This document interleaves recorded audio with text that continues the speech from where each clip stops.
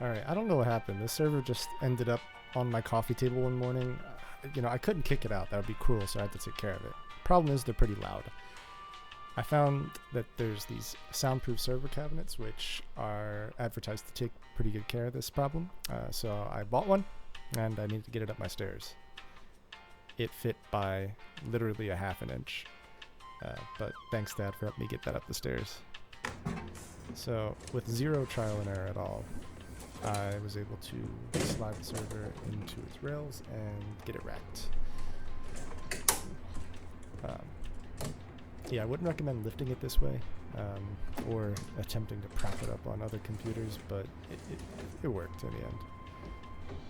So I was able to get it ready for a test boot here. So I had an empty server. I threw two P100s, which are passively cooled server GPUs in, and gave it a test boot. By this point, I had already realized that the cabinet would not be an effective way to manage the sound that this server generates. And then my heart just sank there. I was like, alright. Well, this is slightly louder than one would like. It's not great.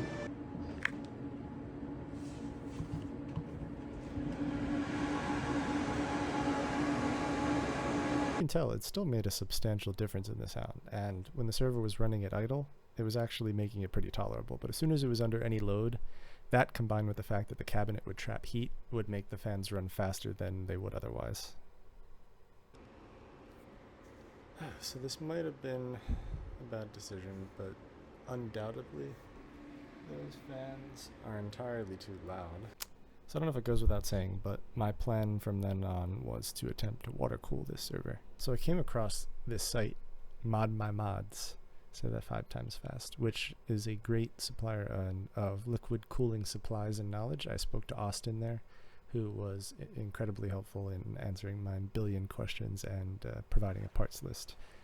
So that's what I ended up with here, a bunch of fittings and pumps and giant radiators. So the plan ended up being basically to have a 4U case and then 2 chunky radiators and 2 pumps. And this would serve as kind of external cooling for the server. You have to flush the radiators, get some junk out, and then here's the initial testing.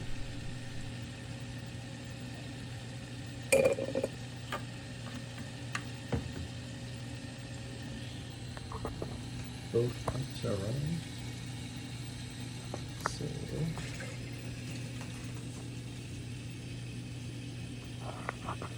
goes, and this would be the server. So it would go into the loop, into the first radiator. Down, you can see it'll go between the 2. Follows into the reservoir, out into the next pump, and then all the way back out to the server again. Nice. So next I moved on to the GPU water cooling conversions.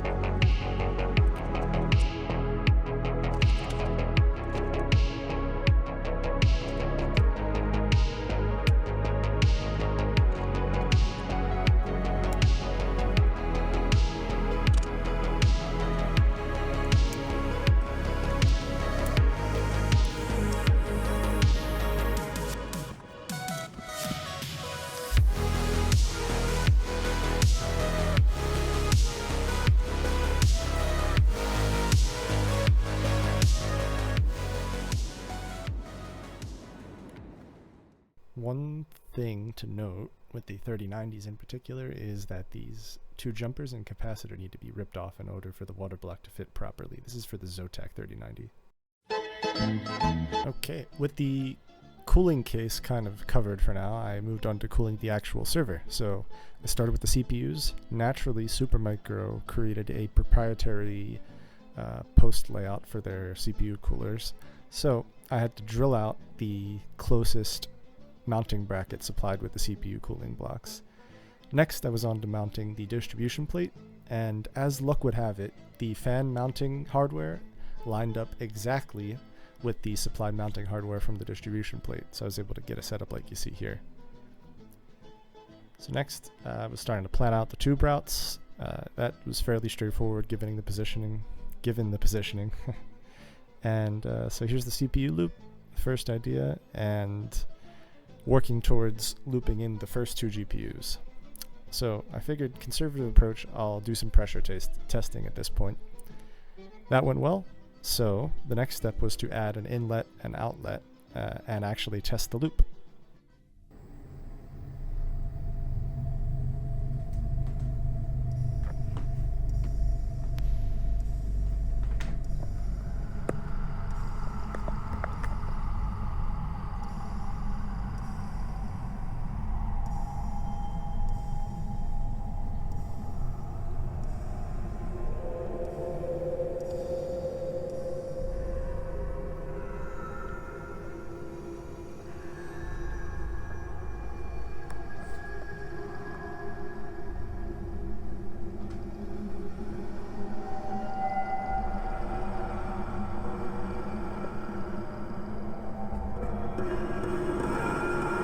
No problem, everything went fine. I have a Proxmox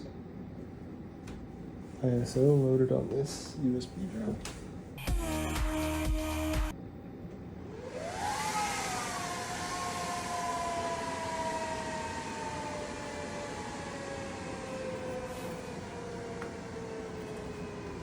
Alright, so things booted up just fine, and I had for now an air-cooled 3090 seated just to play around with passing through GPUs. So this is going to be the intermediate point. Next I wanted to add the other two GPUs as water-cooled GPUs. So I converted the other two GPUs and installed them in alternate slots and routed those tubes. And of course the PCIe slot of one of the P100s was broken, so I had to rip out the tubing and reroute it. And not only did the fact that a slot was no longer working bother me, but now the configuration was asymmetrical.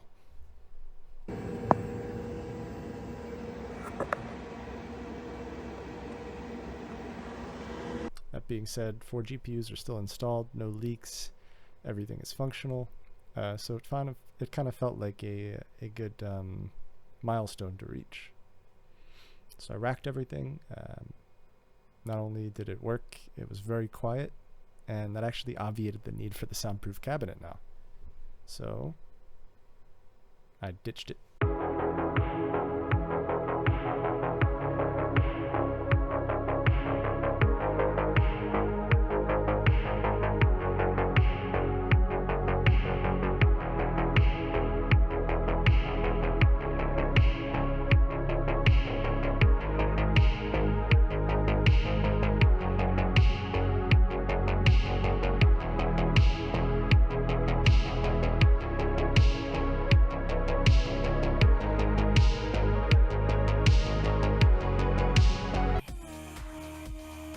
So that rounds out chapter 1 of GPU server acquisition and assembly and initial troubleshooting, I guess we should say. So I have supplied in the description a Google Doc with a parts list of what I got from Mod My Mods. That's just about covers everything that was used for the cooling sides. That includes all the radiators, the case, the fittings, connectors, like quick releases, and the GPU water blocks. So that's there. And then secondly, I just thought it would be an interesting tidbit to add on the end. That is one of the fittings.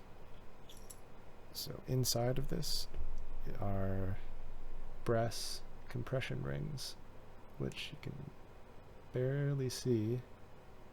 Let's see if they're in focus here. Yeah.